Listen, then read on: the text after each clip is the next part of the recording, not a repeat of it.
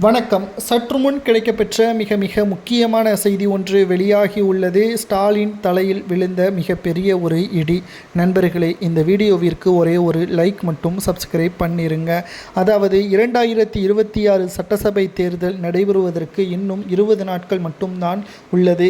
ஆனால் 5 முனை போட்டி தமிழ்நாட்டில் நிகழ்வதால் என்ன செய்வதென்று தெரியாமல் அதிர்ச்சியில் இருக்கிறார் ஸ்டாலின் அவர்கள். திமுகவின் கூட்டணி, என்டிஏ கூட்டணி, நாம் தமிழர், தமிழக வெற்றிக் கழகம், சசிகலா மற்றும் ராமதாஸ் ஐயா அவர்களது கூட்டணி என்று கிட்டத்தட்ட 3.5% வித்தியாசத்தில் 2021 வெற்றியடைந்த திமுக தற்பொழுது 5 முனை போட்டியின் காரணமாக வெற்றி வாய்ப்பை உறுதி செய்யவில்லை என்றால் திமுகவின் மாவட்ட செயலாளர்களது பதவி பறிபோகும் என்று எச்சரிக்கையும் செய்துள்ளார்.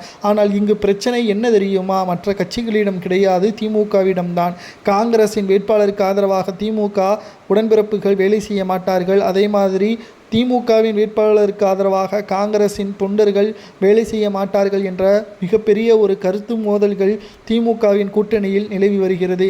இது ஸ்டாலினுக்கு தெரியவில்லை. ஏனென்றால் அவர் பொம்மையாகத்தான் செயல்பட்டு வருகிறார் என்ற குற்றச்சாட்டுகளையும் எடப்பாடி பழனிசாமி அவர்கள் முன்வைத்துள்ளார். இந்த தேர்தலில் அதிமுக மிகப்பெரிய ஒரு தோல்வியை தழுவும். அதற்கு பிறகு தமிழ்நாட்டில் இதுவரைக்கும் அல்லாத ஒரு தோல்வியை தழுவிய பிறகு ஆட்சி அதிகாரத்திற்கு வருவதற்கு 20 ஆண்டுகளுக்கு மேலாகும். உதயநிதியின் அரசியல் வாழ்க்கையும் கேள்விக்குறியாக மாறும் என்ற தகவலும் தற்பொழுது கிடைக்கப்பெற்றுள்ளது. 2026 சட்டசபை தேர்தல் அரசியல் களத்தில் ஒரு திருப்புமுனையாக மாறும் என்பதை நாம் ஏற்கனவே பதிவு செய்திருந்தோம். தற்பொழுது ஸ்டாலினுக்கு வந்த மிகப்பெரிய ஒரு சிக்கல், ஸ்டாலின் தலையில் விழுந்த மிகப்பெரிய ஒரு இடியாக உட்கட்சி மோதல், கூட்டணி கட்சிகளுக்கிடையே, தொண்டர்களுக்கிடையே மோதல். தலைவர்கள் ஒற்றுமையாகத்தான் இருக்கிறார்கள், தொண்டர்களும் கிளை நிர்வாகிகளும் தான் மோதலில் ஈடுபட்டு வருகிறார்கள்.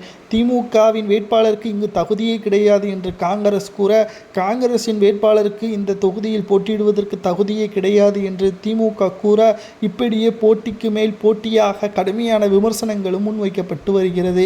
இந்த செய்தி திமுகவின் தலைமைக்கு செல்கிறதா இல்லையா, அல்லது ஸ்டாலின் அவர்கள் பொம்மையாகத்தான் செயல்படுகிறாரா என்ற பல்வேறு விமர்சனங்களும் முன்வைக்கப்பட்டு வருகிறது. இது தொடர்ந்தால் நிச்சயம் திமுக 2021 சட்டசபை தேர்தலில் வெறும் 3.5% தான் வெற்றியடைந்தது. அதை இந்த முறை மிகப்பெரிய ஒரு தோல்வியை நோக்கி திமுக கொண்டு செல்லும் என்றும் தகவல்களை நம்மால் பார்க்க முடிகிறது. மேலும் திமுகவின் கருத்து கணிப்புகளில் எந்த ஒரு கருத்து கணிப்புகளிலும் திமுக வெற்றியடைவதற்கு வாய்ப்பே இல்லை என்ற கருத்து கணிப்புகளையும் நம்மால் பார்க்க முடிகிறது. இதிலும் ஸ்டாலின் அவர்களுக்கு வந்த கெட்ட செய்தியாகத்தான் நம்மால் பார்க்க முடிகிறது. இதுவரை அல்லாத ஒரு தேர்தல் தமிழக அரசியலில் தற்பொழுது ஸ்டாலின் அவர்களது அதிகாரங்கள், பதவிகள் அனைத்தும் பறிபோகக்கூடிய ஒரு சூழலும் உருவாகியுள்ளது.